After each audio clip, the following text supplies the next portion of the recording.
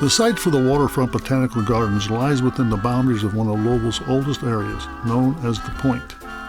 In the early days, the Point was populated with the antebellum summer homes of prosperous French families from New Orleans who came north to escape the heat.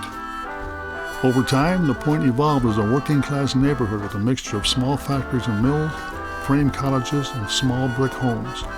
Adding to the character, shanty boats are often parked along Beargrass Creek nearby. Christian Heigold immigrated to Kentucky in the 1850s and built a house in the Ohio Street neighborhood. Following the devastating floods of 1937 and the early 1940s, the Heigold house was the only house left standing.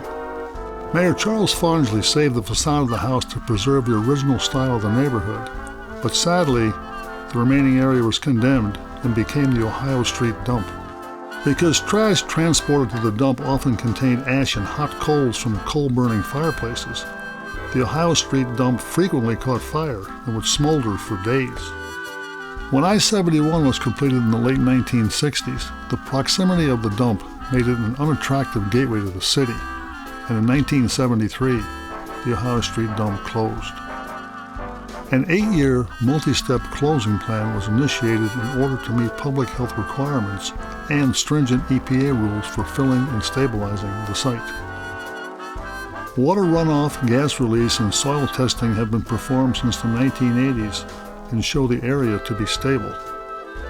Although there are no pollutants that are harmful to visitors, the site is under a management plan with the Energy and Environment Cabinet of Kentucky to properly manage the garbage and cap any exposed areas. Botanica Inc. was formed as a non-profit organization to build a botanical garden for Louisville. In the early 2000s, Botanica approached the city about acquiring the 23-acre site. A development agreement was forged between the two parties, and the volunteer board of directors began to research the 135 deeds of the neighborhood. The goal was to consolidate them into one deed so that Botanica could purchase the property. That research took 6 years. Finally, in 2017, Botanica purchased the site from the city of Louisville for $1 with the intent and restriction to build a botanical garden. In 2014, Botanica Inc. hired architects Perkins and Will to design a master plan for the site. With this new master plan, fundraising began in order to raise an estimated $65 million for the 3-phase project. In 2019, the organization officially changed its name to Waterfront Botanical Gardens, and the Grazer Family Education Center and surrounding gardens were opened in October 2019.